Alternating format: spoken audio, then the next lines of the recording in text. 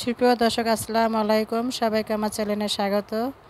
আজকে দেখাবো একটি নতুন রেসিপিটি হচ্ছে পুরি বেগুনি করে দেখাবো। তো এখন যেহেতু রমজান মাস, সবাই আমরা ঘরে ইফতারি তৈরি করি, আর বেগুনিটাও কিন্তু সবাই আমরা তৈরি করতে পারি, কিন্তু আমরা বেশিরভাগ সময় লম্বা বেগুন কিনে কালো যে বেগুনটা বাজারে পাওয়া যায় অ্যাভেলেবেল, সেই বেগুনটা দিয়ে বেগুনি করে থাকি, কিন্তু এভাবে করে গোল করেও বেগুনি করা যায়।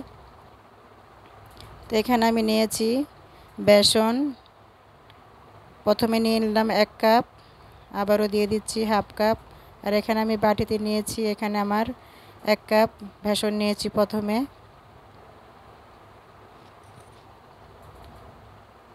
তো আবারও হাফ কাপ দিয়ে দিলাম। তো এখন আমি একটা হ্যান্ড উইচ দিয়ে ভালো করে মিশিয়ে নেব। বেসনটাকে অবশ্যই চেলে নেবেন, আমি কিন্তু বেসনটাকে চেলে নিয়েছি। আর হ্যান্ড উইচ দিয়ে ভালো করে মিশিয়ে নিচ্ছি। এর ভিতরে যে দলা পেকে আছে সেই দলাগুলো মিশে যাবে। তো কিছুক্ষণ এভাবে করে ভালো করে নেড়ে চেড়ে আমি মিশিয়ে নিলাম। তো এখন দিয়ে দেবো একে একে সবগুলো উপকরণ।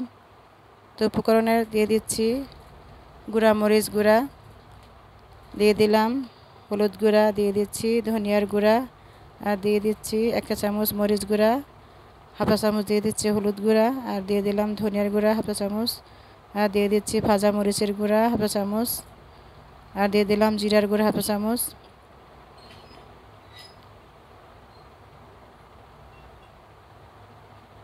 দিয়ে দিচ্ছি স্বাদ মতো লবণ। ঝালটা আপনারা কেমন খেতে পছন্দ করেন, চাইলে আরও মরিচ দিতে পারেন এখানে। তো এখন আমি অল্প অল্প করে পানি দিয়ে দেব। আর পরিমাণটা একবারে দেওয়া যাবে না, তাহলে বেসনটা পাতলা হয়ে যেতে পারে। তো আমি অল্প করে পানি দিচ্ছি, আর এভাবে করে হ্যান্ডউইচ দিয়ে ভালো করে ফেটিয়ে নিচ্ছি।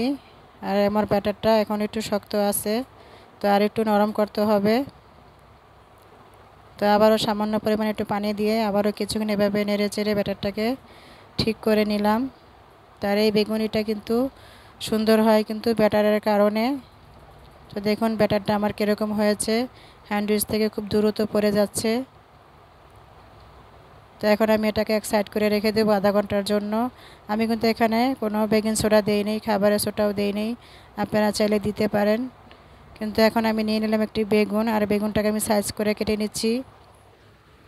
আর আপনারা চাইলে বাজারে যে তাল বেগুনটা পাওয়া যায় গোল বড়, সেই বেগুনটা দিয়ে এভাবে স্লাইস করে কেটে পুরি বেগুনি বানাতে পারেন। তো আমি এখানে বেশি মোটাও নেই, আর চিকন বেগুনটাও কিন্তু নিচ্ছি না। তো দেখুন আমি বেগুনগুলো কেটে পানিতে রেখে দিচ্ছি, না হলে কালো হয়ে যাবে। আর বেগুন অবশ্যই সব সময় কেটে পানিতে রাখতে হয়, এর ভিতরে যে একটি কালো ময়লা আছে সেটা বের হয়ে যায়। তো বেগুনটাকে আমি ধুয়ে পরিষ্কার করে নিলাম। এখন দিয়ে দিচ্ছি ভাজা মরিচের গুঁড়া ফাঁকি, আর দিচ্ছি স্বাদ মতো লবণ। আর ঝালটা আপনারা কেমন পছন্দ করেন সেটা বুঝে দিবেন, যদি চাইলে আরও ঝাল দিতে পারেন। তো আমি এখন ভালো করে একটু মেখে নিচ্ছি উল্টে পাল্টে।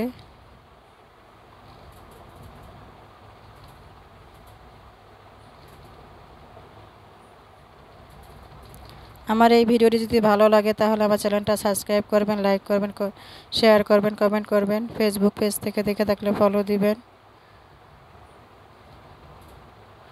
তো আমি আবারও ফিরে আসলাম ব্যাটারটা নিয়ে। তো ব্যাটারটা পুরো পারফেক্ট একটি ব্যাটার হয়েছে। তো এখন আমি বেগুনিগুলো তৈরি করে দেখাবো।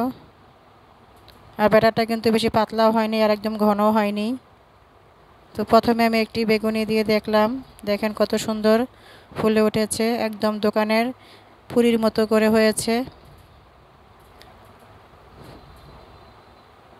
তো একে একে বাকি বেগুনিগুলো আমি দিয়ে দিচ্ছি, আর দেওয়া মাত্রই দেখুন কিভাবে সুন্দর ফুলে ভেসে উঠেছে।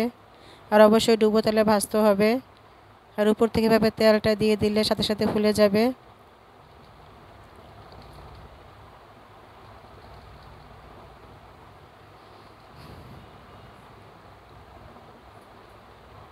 তো একইভাবে আমি বাকি যে বেগুনিগুলো আছে সেগুলো এভাবে করে ভেজে নেব। আর প্রত্যেকটা বেগুনি কিন্তু খুব সুন্দর করে ফুলে টইটুম্বুর হয়েছে, একদম পুরির মতো করে হয়েছে বেগুনগুলো।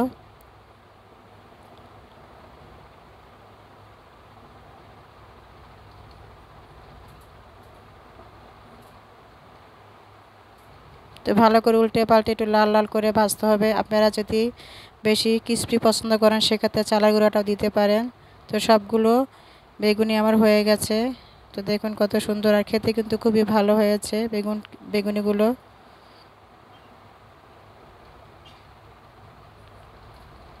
হয়তো দেখুন ভিতরে খুব সুন্দর করে সিদ্ধ হয়ে গেছে।